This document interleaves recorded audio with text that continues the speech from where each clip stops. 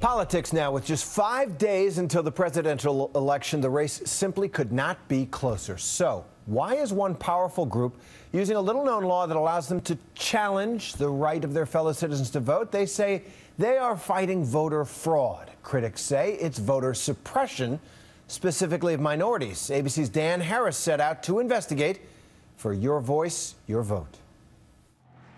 Teresa Sharp is a grandmother who says she's voted in every election since she was 18. She's even served as a poll worker. Voting to me is like sacred. So imagine her surprise when she got this letter in the mail. Dear Mrs. Sharp, you are hereby notified that your right to vote has been challenged by a qualified elector under RC 3503.24, whatever that is. Her sons, Christopher and Herbert Jr., also received similar letters. So did her daughters, Azeneth and Eleanor, and her elderly aunt, too. There's somebody out here trying to scare people into not voting. But who? Who prompted the county government to send out these letters? The answer? A grassroots organization called True the Vote. True the Vote believes voter fraud is a sweeping national epidemic. These are their recruitment videos. Willful, fraudulent behavior. People voting who were not the people who they said they were. True the Vote has enlisted and trained an army of citizen volunteers to challenge voters in the name of what they call voter integrity. It sounds admirable, even patriotic.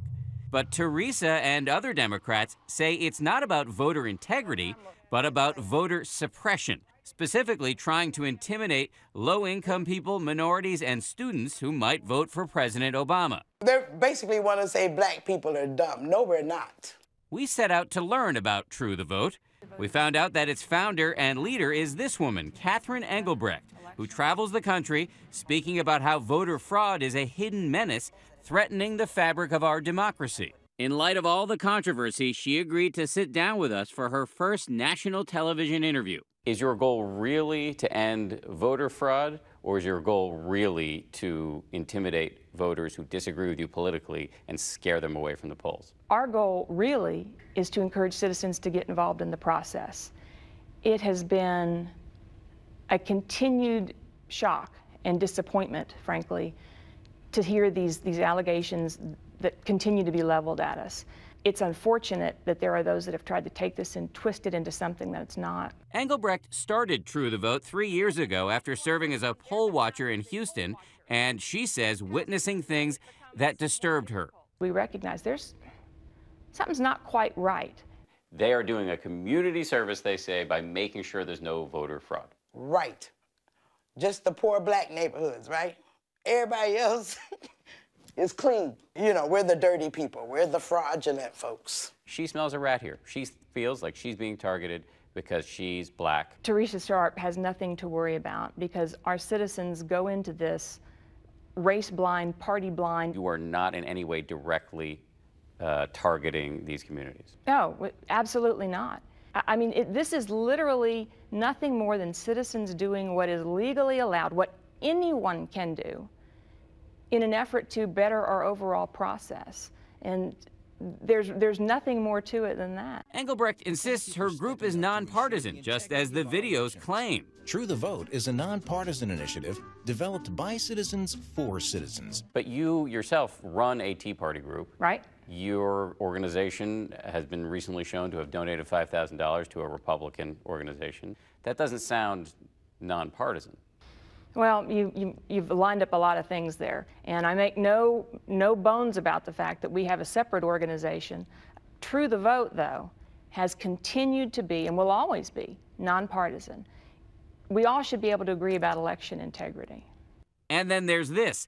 The group says it is now mobilizing 1 million poll watchers to go to voting places around the country this coming Tuesday. These are their recruiting and training videos. The problem, critics say, is that those poll watchers are mostly white, and many of the polling places they will target are mostly black. It happened in Texas back in 2010.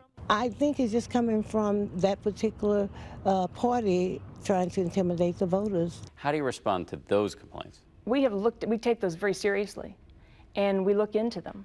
Here in Houston, You can talk to our county attorney, who will tell you that they are all completely unfounded. So we did actually talk to the county attorney, and he said he found several legitimate complaints. He also said that when he went to your offices, he saw evidence that you were specifically targeting minority neighborhoods. Really? So what did you find? Were these people being disruptive? Some of them were very, very disruptive. Was there a racial component here? Well, I hate to attach that, but it does appear that there was that. The county attorney's office directed us to this early voting place in Houston, where we spotted these poll watchers in a predominantly black neighborhood.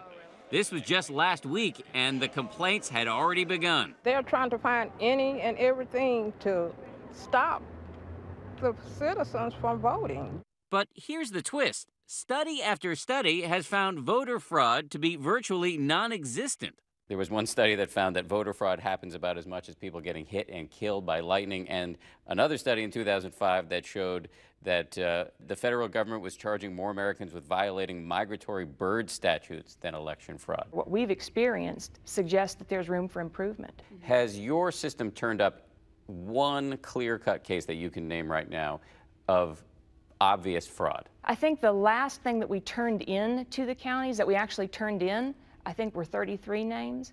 However, we're looking at close to 2,000 that have almost identical matches. But even if all 2,000 cases turn out to be outright obvious fraud, that's 2,000 cases in a country where tens of millions of people vote. Well, I mean, it's the same country that in 2000 elected a president based on 537 votes.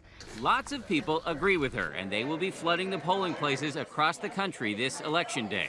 As for Teresa Sharp, the county threw out the challenge against her, and just the other day, she voted early without incident. Too many people sacrificed their life for me to have that opportunity.